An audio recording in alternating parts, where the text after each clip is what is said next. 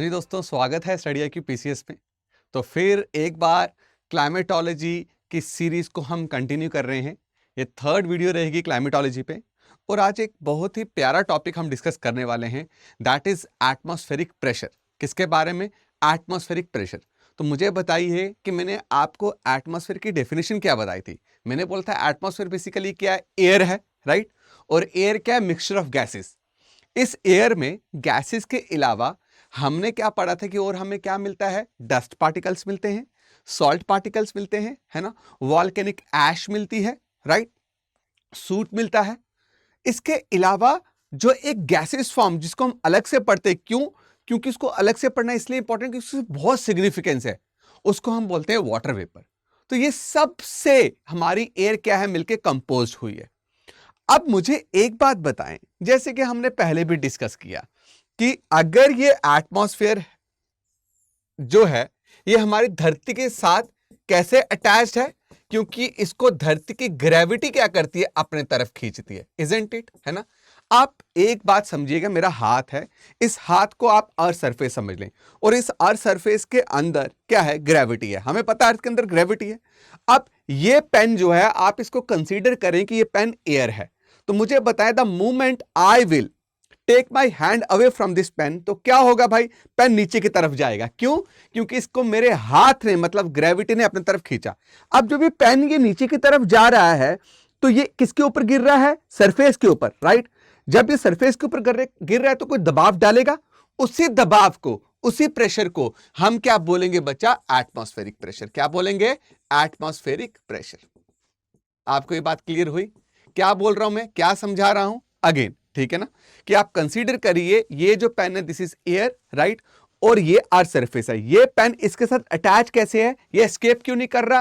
क्योंकि earth surface इसको अपनी तरफ खींच रही है, उसके अंदर ग्रेविटी है। और जब ये अर्थ सरफेस की तरफ जाएगा ये पेन, तो अर्थ के सरफेस के ऊपर क्या डालेगा? ये प्रेशर डालेगा। उसी प्रेशर को हम क्या बोलेंगे? आपका एटमॉस्फेरिक प्रेशर। तो मेरे दोस्तों देखिए, डेफिनेशन क्या है? The atmospheric pressure is a force, एक ऐसी ताकत जो कौन लगा रहा है? वो लगा रहा है जी एयर। एयर क्या है बच्चा? एयर जो है वो एयर में जो ताकत लगाने वाली चीजें क्या है? वो गैसेस मॉलिक्यूल का वेट है। और अर्थ सरफेस के जिस पर्टिकुलर एरिया पे ये फोर्स लग रही है उसी को हम क्या बोलते हैं? Atmospheric pressure, right. Atmospheric pressure is force exerted by weight of gas molecules on a unit of area on earth surface. ये बहुत, अगर आपको टफ डेफिनेशन लग रही है, इसी के लिए तो हम यहां हैं, तो आप एक डेफिनेशन लिख सकते हो, the pressure exerted by air, है ना, the pressure exerted by air on earth surface is known as what? Atmospheric pressure. Clear है मेरे दोस्तों? आई होप आपको इसमें कोई दिक्कत नहीं है, राइट। देखिए, बहुत खूबसूरत बात है कि आखिरकार एटमॉस्फेरिक प्रेशर जो है वो दो तरीके के हैं। क्या है? एटमॉस्फेरिक प्रेशर जो है वो दो तरीके का है। देखिए, क्या, या तो एटमॉस्फेरिक प्रेशर क्या हो सकता है? हाई हो सकता है। बच्चा, जब भी मैं बोलूं कि एटमॉस्फेरिक प्रेशर इज हाई, मतलब यह है कि एयर का दबाव धरती के सरफेस के ऊपर क्या है? ज्यादा है, राइट। ये सपोज करो अर्थ सरफेस है, अर्थ सरफेस के ऊपर जब एयर का दबाव बहुत ज्यादा आएगा तो उसको हम क्या बोलेंगे? Atmospheric pressure is high. और दूसरा क्या होगा? Atmospheric pressure low. लो एटमॉस्फेरिक प्रेशर का मतलब क्या है? कि एयर का जो प्रेशर है वो अर्थ के सरफेस के ऊपर कम है। मुझे बताओ, यहां मैं बोल रहा हूं कि लो एटमॉस्फेरिक प्रेशर है इस अर्थ सरफेस के ऊपर। मुझे बताओ, कब इस अर्थ सरफेस के ऊपर एटमॉस्फेरिक प्रेशर कम होगा? जब एयर नहीं होगी। अगर यहां पे एयर ज्यादा है तभी तो वो क्या कर रहा है? प्रेशर एक्सर्ट कर रहा है। यहां पे एयर कम है इसीलिए प्रेशर जो क्या है यहां पे कम है। अब ये कैसे होता है? ये चीजें किस पे डिपेंडेंट है कि भाई एटमॉस्फेरिक प्रेशर लो किस कारण से होगा, एटमॉस्फेरिक प्रेशर हाई किस कारण से होगा। सबसे पहला मैं अगर आपको कारण बताऊं ना बच्चा, that is what? That is your temperature. याद रखिएगा, दैट इज व्हाट? टेम्परेचर। आपके स्लाइड में दिया भी होगा, राइट। लेकिन इससे पहले हम एक बात समझने की कोशिश करते हैं बच्चा, कि आखिरकार इस एटमॉस्फेरिक प्रेशर को मेयर भी तो किया जाता होगा, मापा जाता होगा, है ना। हम मापते होंगे इसको कि किस तरीके से, क्या कहते हैं, एटमॉस्फेरिक प्रेशर जो है कहीं पे हाई है या लो है। हमने कोई ना कोई इंस्ट्रूमेंट रखा होगा, उस इंस्ट्रूमेंट का नाम क्या है? बैरोमीटर। याद रखिए, व्हाट इज बैरोमीटर? बैरोमीटर एक ऐसा इंस्ट्रूमेंट है जो ये मेजर करता है कि उस अर्थ सरफेस पे एयर का दबाव हाई है या लो है। क्लियर हो गया मेरे दोस्तों? आई होप यहां पे आपको कोई दिक्कत नहीं आएगी। अब देखिए नेक्स्ट मैं क्या बता रहा हूं। मैंने क्या बोला कि अब बैरोमीटर पे अगर एटमॉस्फेरिक प्रेशर हाई आ रहा है, इसका सबसे बड़ा कारण क्या है? टेम्परेचर। देखो दोस्तों, जो टेम्परेचर है, टेम्परेचर की डेफिनेशन क्या है? अगर कोई आपको बोले टेम्परेचर और हीट में फर्क क्या है, तो मुझे बताइए। 5 सेकंड दे रहा हूं, जरा सोचिएगा कि टेम्परेचर और हीट में क्या डिफरेंस हो सकता है। शाबाश, गुड, शाबाश। कमेंट सेक्शन में जरूर लिखिएगा इसको। राइट, देखिए हीट जो है ना, हीट एक एनर्जी की फॉर्म है। क्या है? एक एनर्जी की फॉर्म है। राइट, टेम्परेचर क्या है? टेम्परेचर यह बताता है, सपोज करो ये ऑब्जेक्ट है या मैंने ये मार्कर पकड़ा है, इस मार्कर ने कितनी हीट एब्जॉर्ब की है या इसमें कितनी हीट नहीं है, वो बेसिकली बताता है hotness, degree of hotness and coldness. याद रखिएगा कि कितना हीट इसमें है या कि कितना ठंडा है, that is what temperature. Temperature कोई एनर्जी नहीं है, टेम्परेचर यह बताता है कि इस ऑब्जेक्ट में कितनी हीट एनर्जी मौजूद है। तो degree of hotness and coldness is known as temperature. और हीट क्या है? हीट है फॉर्म ऑफ एनर्जी। मेरी बात क्लियर है? अब देखिए दोस्तों, जब भी आपको टेम्परेचर की बात हो, टेम्परेचर का क्या रिलेशन है एटमॉस्फेरिक प्रेशर के साथ, तो याद रखना, आपने लिखना टेम्परेचर का उल्टा रिलेशन है। किसके साथ? एटमॉस्फेरिक प्रेशर के साथ। इसको हम साइंस में क्या बोलते हैं? Inversely proportional. क्या बोलते हैं? इनवर्सली प्रोपोर्शनल और inversely related to what? Your atmospheric pressure. मतलब जब भी टेम्परेचर किसी जगह का ज्यादा होगा, जब भी टेम्परेचर हाई होगा, तब एटमॉस्फेरिक प्रेशर इसका उल्टा होना चाहिए। तो एयर का दबाव धरती के सरफेस पे क्या मिलेगा? कम मिलेगा। मैं वापस रिपीट कर रहा हूं बच्चा, इसको याद कर लो। इसका और कोई, ये यूनिवर्सल ट्रुथ है, समझ गए? जैसे सन राइजेस फ्रॉम ईस्ट, तो ये भी ऐसे ही आपने याद रखना है कि टेम्परेचर जब भी अर्थ सरफेस का हाई होगा, एटमॉस्फेरिक प्रेशर हमेशा वहां पे हमें, मतलब एयर का दबाव उस अर्थ सरफेस पे हमें क्या मिलेगा? कम मिलेगा। डन। और जब भी टेम्परेचर कम होगा, यानी सर्दी होगी। क्या होगी? सर्दी होगी। तो एटमॉस्फेरिक प्रेशर जो है वो क्या रहेगा? ज्यादा रहेगा। एटमॉस्फेरिक प्रेशर ज्यादा रहना मतलब एयर का दबाव धरती के सरफेस पे क्या होगा? ज्यादा होगा।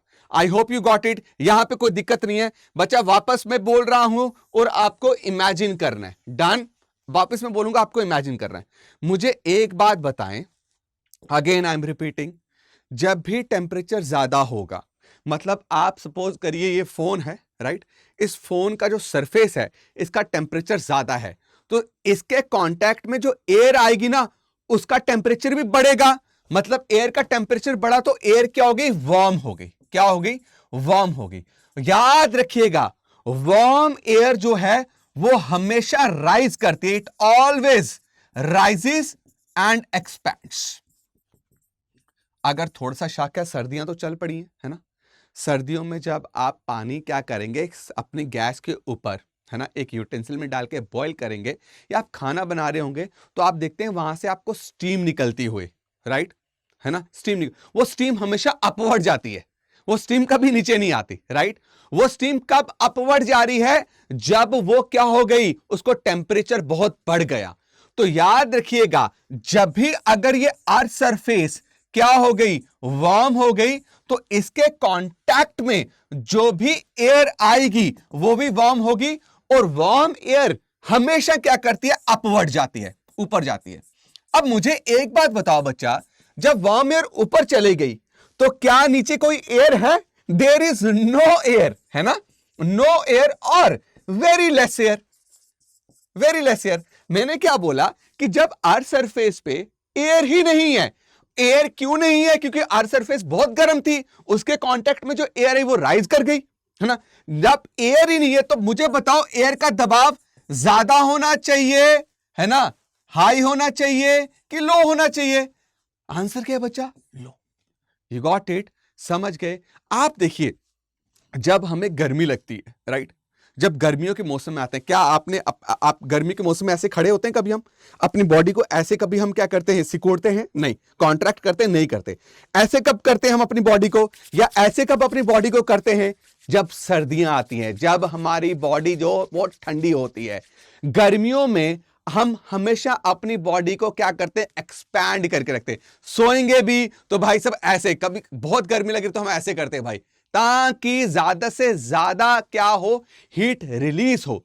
मतलब जब भी कोई भी ऑब्जेक्ट जब वार्म होता है वो हमेशा एक्सपैंड करेगा, हमेशा एक्सपैंड करेगा। और जब भी कोई ऑब्जेक्ट कोल्ड होगा वो हमेशा कॉन्ट्रैक्ट करेगा।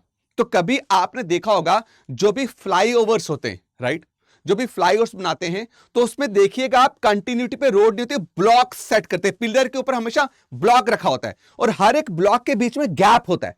कभी देखिएगा आप, अभी जब कभी फ्लाईओवर में चलेंगे तो आपको हर 20 से 25 मीटर के बाद आपको झटका लगता है, राइट। वो झटका क्या, दो ब्लॉक्स को ऐसे अटैच किया है। अब उस दो ब्लॉक के बीच में गैप क्यों रखा है?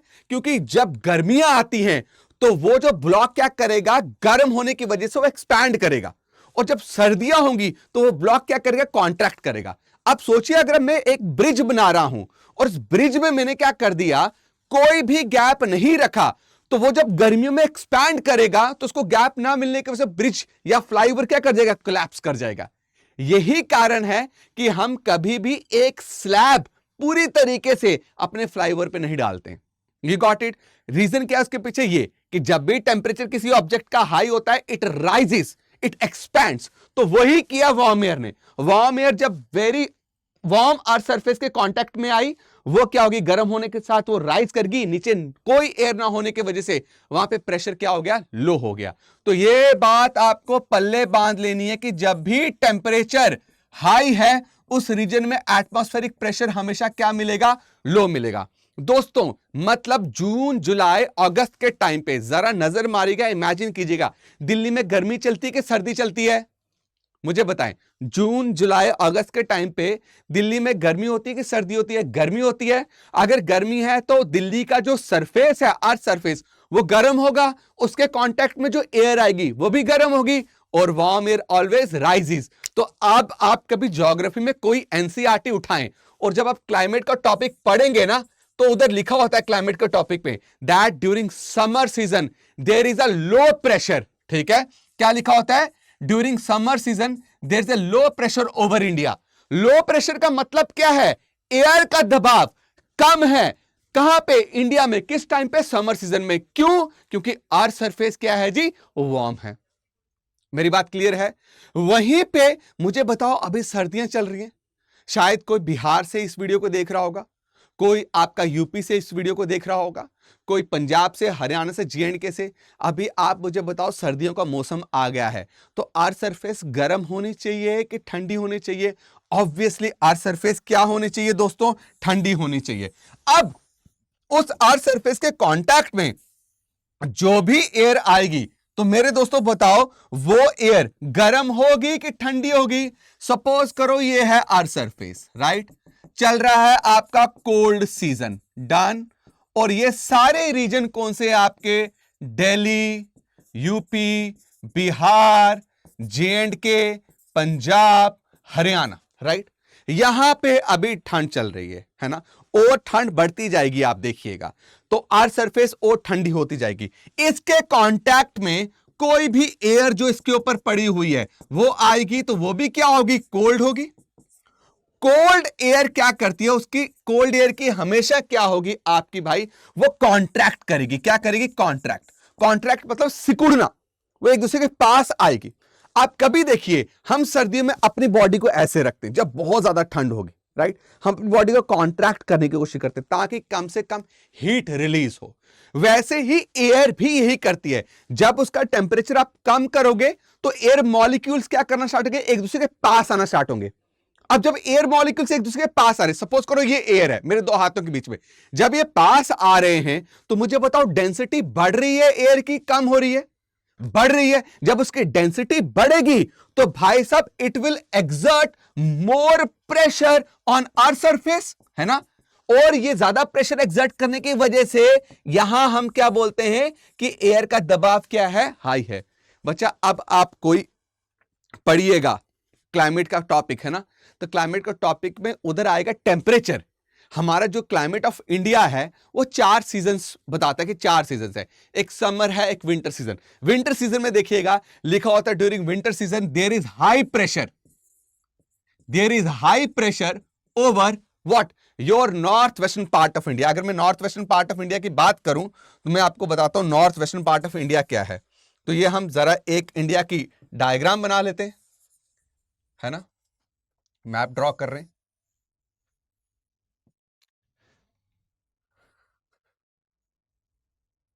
ये इंडिया का मैप ड्रॉ किया, अगर कुछ गलती होगी तो माफ कीजिएगा, राइट। ये है बच्चा आपका क्या, नॉर्थ, ये है आपका साउथ, ये है आपका वेस्ट, और ये है आपका ईस्ट। ये पार्ट जो है ना इसको हम बोलते हैं north western parts of India. क्या बोलते हैं इसको, north western parts of India, जिसमें ऑलमोस्ट आपका पूरा J&K, ठीक है, हिमाचल प्रदेश, उत्तराखंड, राजस्थान आता है। तो आप कभी क्लाइमेट ऑफ इंडिया का टॉपिक पढ़ेंगे तो वहां पे जब टेम्परेचर की बात आएगी तो बोलेंगे during winter season there is very high pressure, ठीक है, over north western part of India. Why, because temperature here is very low.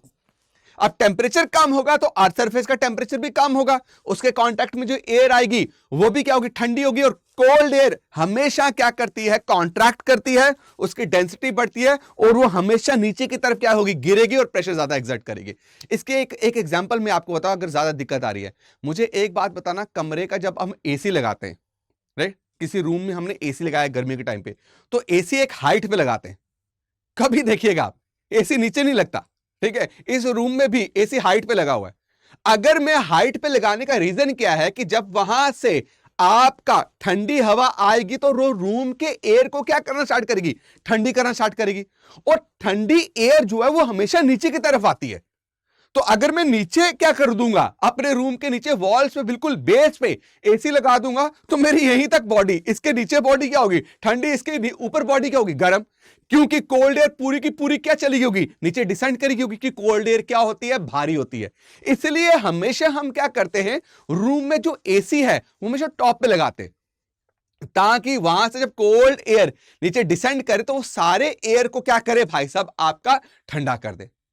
Are you getting my point, समझ पाए इस बारे में। और कभी आप देखने की कोशिश भी करिएगा, एसी से जब हवा निकलती है ना, अगर आप उसको देखने की कोशिश करेंगे ना, कभी कभी बड़ी सारी जगह है वहां पे आप देख पाओगे उसको, तो वो पूरी आपको नीचे गिरते हुए दिखेगी, क्योंकि कोल्ड एयर क्या होती है, भारी होती है। तो याद रखिएगा, अब कोई आपको पूछे कि एटमॉस्फेरिक प्रेशर हाई का मतलब क्या है, पहले ये बात अगर कोई आपको पूछे तो आपने बोलना कि सर जी ये इसका ये मतलब है कि एयर का दबाव जो है अर्थ के सरफेस के ऊपर ज्यादा है। आपको पूछेगा ये कहां हो सकता है, आपने बोलना है सर जहां पे टेम्परेचर कम है, जहां पे टेम्परेचर कम है वहां पे एयर प्रेशर, जो एयर का दबाव है वो क्या मिलेगा, आपको ज्यादा मिलेगा।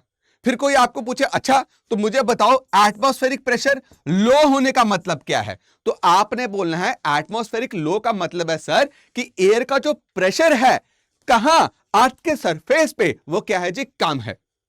क्यों कम है, वो बोलेगा, आपने बोलना सर इसका सिंपल आंसर है टेम्परेचर क्या है वहां पे बहुत ज्यादा है, यानी कि वहां पे क्या है जी, आपकी गर्मी है। क्या है जी, गर्मी।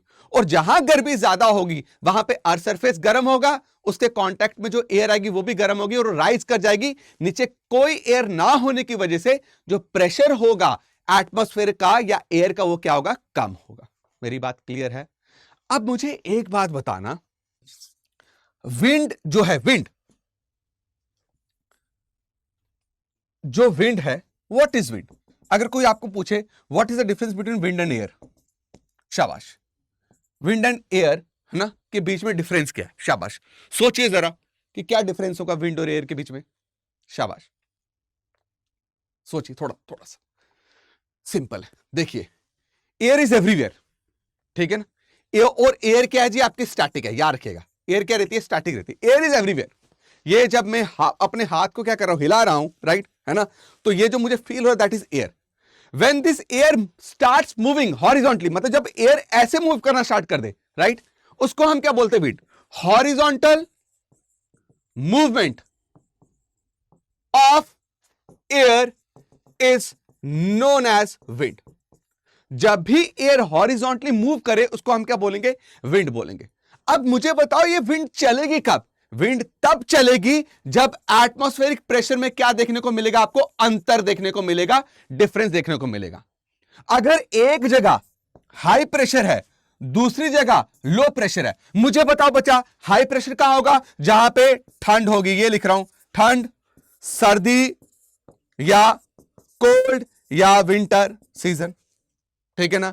अच्छा, लो प्रेशर कहां होगा? जहां गर्मी होगी, समर होगा, उसको हम क्या बोलेंगे? Low pressure. डन। जब भी इसको ले लेते ए रीजन, इसको ले लेते बी रीजन, जब भी ए और बी में प्रेशर डिफरेंस होगा तब क्या होगा? एयर जो है वो हॉरिजॉन्टली मूव करेगी और वो स्टार्ट कहां से होगी? हाई प्रेशर से लो प्रेशर की तरफ। कहां जाएगी? From high pressure to low pressure. Wind always move from high pressure to low pressure. और विंड के चलने का कारण क्या है? जब एटमॉस्फेरिक प्रेशर में या एयर प्रेशर में क्या आता है? डिफरेंस आता है। मुझे एक बात बताओ, आप सोचना मतलब विंड हमेशा ठंडे इलाके से गर्म इलाके में चलेगी, क्लियर है। अब जब हम एसी लगाते हैं, हम रूम बंद रखते हैं कि रूम को ओपन रखते हैं? अगर हम रूम को ओपन रखेंगे, ठंडी हवा सारी बाहर निकल जाएगी। जाएगी कहां पे बच्चा? जाएगी जहां पे टेम्परेचर क्या है? ज्यादा है। आप कभी रूम का जो डोर है, उस डोर के नीचे जो गैप होता है ना, उस गैप में कभी अपना पांव रखें, ठीक। जब आप पांव रखेंगे तो आप देखना जो हवा की स्पीड है, एयर आपको पांव में फील होगी। कहां से? कमरे से बाहर की तरफ आते हुए। वो क्यों एयर मूव करे छोटे से गैप से? क्योंकि प्रेशर डिफरेंस बढ़ गया। अंदर टेम्परेचर रूम में क्या है? कम है, तो प्रेशर डिफरेंस रूम का क्या हो गया? हाई हो गया। एयर क्या होगी? एयर प्रेशर क्या हो गया? हाई हो गया। बाहर टेम्परेचर ज्यादा है तो एयर प्रेशर क्या हो गया? लो। और उसी वजह से जब आप डोर के बाहर, कमरे के बाहर डोर के नीचे गैप में जो पांव रखेंगे तो आपको फील होगा कि हवा जो है वो कहां से मूव कर रही है? कमरे के अंदर से बाहर की तरफ। लेकिन कभी भी आप कोशिश करके देखिए, कमरे के अंदर आ जाइए जहां पे एसी लगा है और अंदर से जो गैप है वहां पे पांव रख के आप देखने की कोशिश करिए, आपको कभी भी एयर बाहर से कमरे की तरफ आते हुए नहीं मिलेगी। तो इससे हमें यह पता चलता है कि भाई जब भी एटमॉस्फेरिक प्रेशर डिफरेंस होगा तो एयर जो है वो हॉरिजॉन्टली ऐसे ऐसे मूव करना स्टार्ट करेगी। उसको हमने क्या बोला? विंड बोला। क्लियर है? समझ गए? कोई दिक्कत तो नहीं। और एयर जो विंड है वो हमेशा कहां से कहां चलती है? From high pressure to low pressure. बच्चा यहां पे कोई दिक्कत, कोई प्रॉब्लम? समझ आ गया? चलें आगे बच्चा। अब देखिए, अब मैंने आपको बोला कि एटमॉस्फेरिक जो प्रेशर है वो किस किस पे डिपेंडेंट है। मैंने आपको बताया, एक टेम्परेचर पता चल गया है ना। एटमॉस्फेरिक प्रेशर एक और चीज पे डिपेंडेंट है बच्चा, उसको पढ़ना बहुत इंपॉर्टेंट है। That is your altitude. क्या है वो जी? वो है जी ऑल्टीट्यूड। याद रखिएगा, एक आगे करते हैं और इसका चलते हैं हम जी ऑल्टीट्यूड या ऊंचाई। अब आप कभी देखिएगा बच्चा, जो उड़ीसा से बंदा है जो आज तक हिमालयन रीजन में नहीं गया। अब मुझे एक बात तो आपको ये क्लियर है, जितने भी हिमालयन स्टेट हैं, आप जे&के ले लो, हिमाचल प्रदेश ले लो, उत्तराखंड ले लो, वो ज्यादा हाइट पे मिलते हैं कि उड़ीसा ज्यादा हाइट पे मिलता है या बिहार ज्यादा हाइट पे मिलता है? ऑब्वियसली हाइट किसकी सबसे ज्यादा है? ये जितने भी हिमालयन स्टेट है। आप सपोज करो कि आप कोई एक्सरसाइज नहीं करते हो और आप लास्ट 20-25 साल से आप बिहार में रह रहे हो, प्लेन एरिया में, या छत्तीसगढ़ में रह रहे हो, और आपने प्लान किया कि मैं कहां जाऊंगा भाई साहब? मैं जाऊंगा हिमालय से, और हिमालय में जाके मैं करूंगा ट्रैकिंग, ठीक है। वहां जाके मैं बड़े बड़े पहाड़ों में चढ़ूंगा, वहां पे जाके क्या करूंगा भाई साहब? कैंपिंग करूंगा, है ना। रात को हम क्या कहते हैं भाई साहब? वहां पे खुद लकड़ियां लाएंगे, जंगल से जलाएंगे भाई साहब, खाएंगे पिएंगे, हम ये सोच के बैठे। लेकिन आपने कभी भी इस चीज पे ध्यान नहीं दिया कि हिमालय में जाते हो मुझे कुछ हो सकता है। वो क्या होगा मैं अभी बताता हूं।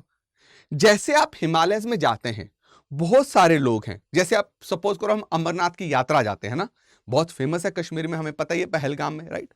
अमरनाथ की यात्रा में बहुत सारे पहले मेडिकल टेस्ट होते हैं, राइट। और उस टेस्ट में सबसे पहले क्या कहते हैं? आपका हीमोग्लोबिन, राइट, आपका ब्लड प्रेशर, राइट, आपकी डायबिटीज पे बहुत ज्यादा ध्यान दिया जाता है, ठीक है। और देखा जाता है कि वो बंदा कितना हेल्दी है, क्या वो इतने बड़े पहाड़ चढ़ के शिवजी की दर्शन कर भी सकता है कि नहीं कर सकता है ना। क्योंकि अगर आप हिमालयन स्टेट में जाते हैं, जैसे जैसे आप ऊपर जाते हैं आपको सांस की प्रॉब्लम होना स्टार्ट हो जाएगी। उसको बोलते हैं हाइपोक्सिया। और वो प्रॉब्लम आपको इस वजह से हो रही है क्योंकि एयर में ऑक्सीजन कम है। एयर में ऑक्सीजन कम होने का मतलब क्या है? क्योंकि एयर ही बहुत थिन है। जैसे आप जाओगे ऊपर, आपको एयर बहुत थिन मिलती जाएगी, है ना। जैसे आप कभी भी देखिएगा, अगर कोई डिफेंस का बंदा है, राइट, वो आर्मी में है, अगर वो लद्दाख में पोस्टेड हो रहा है, तो उसको हाई ऑल्टीट्यूड में भेजने से पहले लद्दाख के बेस कैंप में क्या करवाई जाती है? ट्रेनिंग करवाई जाती है 1 से 1.5 महीना। और यह भी इंस्ट्रक्शन दी जाती है कि आप ज्यादा खाना नहीं खाएंगे, क्योंकि अगर आपने ज्यादा खाना खाया तो ऑक्सीजन इतनी है ही नहीं है वहां पे कि वो आपके खाने को क्या कर पाए भाई साहब, आपकी फूड का क्या हो पाए? ऑक्सीडेशन हो पाए। तो आपकी फूड का ऑक्सीडेशन होगा ही नहीं, तो आपको एनर्जी ही नहीं मिलेगी। तो इसलिए वहां पे आपको 1 से 1.5 महीने की ट्रेनिंग करवा के किसी डिफेंस पर्सनल को फिर उसको हाई ऑल्टीट्यूड में भेजा जाता है। मेरे दोस्तों, मेरी बात समझ रहे हो? इससे क्या इंडिकेशन लगी है दोस्तों? इससे यह इंडिकेशन लगी है कि जैसे जैसे आप अर्थ सरफेस से ऊपर की तरफ जाते जाओगे, ऑल्टीट्यूड गेन करोगे, तो what will happen? The atmospheric pressure decreases. Why atmospheric pressure decreases? Because air क्या होती जाती है? थिन होती जाती है। अब मुझे बताओ बच्चा, ये एयर की लेयर बना रहा हूं मैं, राइट, ये एयर की लेयर बना रहा हूं और ये है आपका अर्थ सरफेस। डन, ये है आपका अर्थ सरफेस। मुझे बताओ ग्रेविटी सबसे ज्यादा कहां पे? एक बंदा ये खड़ा है, राइट, ग्रेविटेशनल फोर्स तो धरती के अंदर है ना। एक बंदा ये खड़ा है, राइट, एक बंदा ये खड़ा है। डन, है ना। मुझे बताओ ग्रेविटेशनल फोर्स ज्यादा यहां पे लग रही है, यहां पे लग रही है, यहां पे लग रही है? ऑब्वियसली इस बंदे को ग्रेविटेशनल फोर्स ज्यादा लगेगी इसके कंपैरेटिव, ठीक, क्योंकि ये अर्थ सरफेस से काफी दूर है। तो वैसे ही एयर के साथ होता है। अगर एयर को ग्रेविटेशनल फोर्स से ज्यादा खींच रही है, तो मुझे बताओ सबसे ज्यादा जो एयर की जो को ग्रेविटेशनल फोर्स लग रही है वो इस बेस 1 पे लगेगी। और जैसे ऊपर जाते जाओगे तो एयर का क्या है? ग्रेविटेशनल फोर्स कम होता जाएगा। तो एयर की जो थिकनेस है ना, सबसे ज्यादा थिक एयर आपको हमेशा बेस में मिलती है, एटमॉस्फेयर के, मतलब अर्थ सरफेस के बिल्कुल पास मिलती है, क्योंकि वहां पे ग्रेविटेशनल फोर्स सबसे ज्यादा है।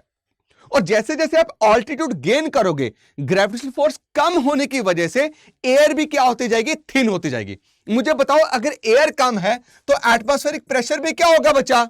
आपका कम होता जाएगा विद व्हाट? Increasing altitude. मेरी बात के लिए इंक्रीजिंग ऑल्टीट्यूड। और अगर आप जैसे जैसे जैसे जैसे सी लेवल के पास आते जाओगे तो आपको एटमॉस्फेरिक प्रेशर ज्यादा मिलेगा। इसलिए आप देखिएगा मुंबई रीजन में जो एटमॉस्फेरिक प्रेशर है वो हाई होता है in comparison to Ladakh. Ladakh में तो बहुत सारे लोगों को सांस की प्रॉब्लम आती है क्योंकि एयर ही क्या थिन। क्यों? क्योंकि लद्दाख बहुत ऑल्टीट्यूड में, ऑल्टीट्यूड में होने की वजह से it is very far away from, मतलब वेरी फार के in comparison to Mumbai gravitational force कम लग रही है, जिसकी वजह से एयर की थिकनेस बहुत कम हो चुकी है। तो विद ऑल्टीट्यूड भी एटमॉस्फेरिक प्रेशर क्या करता है बच्चा? वेरी करता है, याद रहेगा। तो एटमॉस्फेरिक प्रेशर में जो सबसे इंपॉर्टेंट फैक्टर है, किस किस पे डिपेंडेंट है, ये आपको समझ आया? एक है आपका टेम्परेचर मेरे दोस्तों, और एक आपका मैंने क्या बोला जी? ऑल्टीट्यूड बोला। क्या बोला? ऑल्टीट्यूड बोला। दोस्तों अब जैसे कि बहुत सारे बच्चे जो हैं, है ना, चाहते हैं कि लैटिट्यूड पे वीडियो आए, और मैं कमेंट्स भी देख रहा हूं कि लैटिट्यूड पे वीडियो लाया जाए। नेक्स्ट जो है ना, एटमॉस्फेरिक प्रेशर जो है वो किस पे डिपेंडेंट है? लैटिट्यूड पे भी डिपेंडेंट है, ठीक है। अब अगर मैं आपको बोलूं बच्चा कि ये अगर अर्थ सरफेस है तो ये क्या है जी? आपका इक्वेटर, और ये क्या है जी? आपका पोल है। ये एक पोल, ये दूसरा पोल। डन। और ये इक्वेटर है। क्लियर है बच्चा? इक्वेटर को हम 0 डिग्री देते हैं और पोल को हम 90 डिग्री नॉर्थ, नॉर्थ पोल वाले को, साउथ पोल वाले को 90 डिग्री साउथ। तो इक्वेटर के पास वाले लैटिट्यूड कहां तक? आपका 23.5 डिग्री नॉर्थ और 23.5 डिग्री साउथ। इसको हम क्या बोलते हैं बच्चा? इसको हम बोलते हैं लो लैटिट्यूड। क्या बोलते हैं हम इसको? Low latitude. याद रहेगा, ठीक है। The zone between your tropic of Cancer, बच्चा 23.5 डिग्री लैटिट्यूड को एक नाम भी दिया। क्या नाम दिया इसको? उसको बोला है ट्रॉपिक ऑफ कैंसर। क्या बोला है? Tropic of Cancer. और 23.5 डिग्री साउथ को क्या बोला है? Tropic of Capricorn. क्या बोला है? Tropic of Capricorn. डन। ये जो एरिया है हमारे ग्लोब का, किसके बीच में? आपका tropic of Cancer and tropic of Capricorn को, इसको हम क्या बोलते हैं? Low latitude zone. और इसका दूसरा नाम क्या है? Tropical zone. क्या नाम है? Tropical zone. तीसरा नाम क्या है बच्चा? Torrid zone. क्या नाम है? Torrid zone. ठीक है, मेरी बात क्लियर है? और चौथा नाम मुझे बोलोगे तो हीट सरप्लस जोन। बताने के लिए बड़ा कुछ है बच्चा स्टडी आईक्यू के पास। हीट सरप्लस जोन, मेरी बात क्लियर है? यहां पे सूरज की सबसे ज्यादा रोशनी पड़ती है लो लैटिट्यूड में। अब सूरज की रोशनी सबसे ज्यादा यहां पे पड़ती है, तो मुझे बताओ हीट भी सबसे ज्यादा कहां पे है? यहीं पे। और टेम्परेचर भी सबसे ज्यादा कहां होगा? यहीं पे होगा। तो मुझे बताओ between tropic of Cancer and tropic of Capricorn जो एटमॉस्फेरिक प्रेशर हाई होना चाहिए कि लो होना चाहिए? एटमॉस्फेरिक प्रेशर क्या होना चाहिए? लो। मतलब एयर का दबाव अर्थ के सरफेस पे कम होना चाहिए, बिकॉज ट्रॉपिक ऑफ कैंसर और ट्रॉपिक ऑफ कैप्रिकॉर्न के बीच में जो एरिया है वो सबसे ज्यादा सूरज की रोशनी रिसीव करता है। वहीं पे द एरिया जो 66.5 डिग्री नॉर्थ, जिसको हम आर्कटिक सर्कल बोलते हैं, क्या बोलते हैं? Arctic circle. और वही एरिया जो 66.5 डिग्री साउथ, जिसको हम क्या बोलते हैं? अंटार्कटिक सर्कल बोलते हैं, अप टू साउथ पोल। मतलब ये वाला, मैं कलर कुछ अलग करूंगा, कलर करते बचा येलो, ये वाला एरिया, अरे ये वाला एरिया, दोनों जगह ग्लोब के दोनों हिस्से में, इसको 66.5 डिग्री लैटिट्यूड है, जिसका नाम क्या? Arctic circle. वहां से लेके कहां तक? आपका नॉर्थ पोल तक। और नीचे 66.5 डिग्री साउथ, जिसको हम क्या बोलते हैं? Antarctic circle. वहां से लेके कहां तक? South pole. यहां पे धरती में सबसे कम सूरज की रोशनी पड़ती है, सबसे कम, जिसकी वजह से इनका टेम्परेचर क्या रहता है? बहुत कम रहता है। मतलब कम रहता है, क्या रहता है? कोल्ड। अंटार्कटिक सोचते हो तो क्या लगता है? ठंड लगती है ना यार, है ना? 300 किलोमीटर पर आवर की स्पीड से यहां पे हवाएं चलती हैं, राइट? इतना ठंडा रीजन है यह। अगर यहां पे रीजन ठंडा है तो मुझे बताओ एयर भी यहां पे क्या होगी? कोल्ड होगी। इसकी वजह से यहां पे आपको हमेशा एटमॉस्फेरिक प्रेशर क्या मिलता है? हाई मिलता है। तो कभी क्वेश्चन आपको पूछ ले कि लो लैटिट्यूड्स में एटमॉस्फेरिक प्रेशर हाई होना चाहिए कि लो होना चाहिए, तो आप क्या बोलेंगे? लो। क्यों? क्योंकि ये रीजन सबसे गर्म है, हाई लैटिट्यूड। बच्चा अब ये रीजन जो है ना, आर्कटिक सर्कल से बियॉन्ड नॉर्थ पोल तक, अंटार्कटिक सर्कल से बियॉन्ड साउथ पोल तक, इसको हम क्या बोलते हैं? हाई लैटिट्यूड रीजन बोलते हैं। याद रखना, क्या बोलते हैं? हाई लैटिट्यूड जोन और पोलर जोन, ये भी बोलते हैं, राइट? पोलर जोन भी बोलते हैं।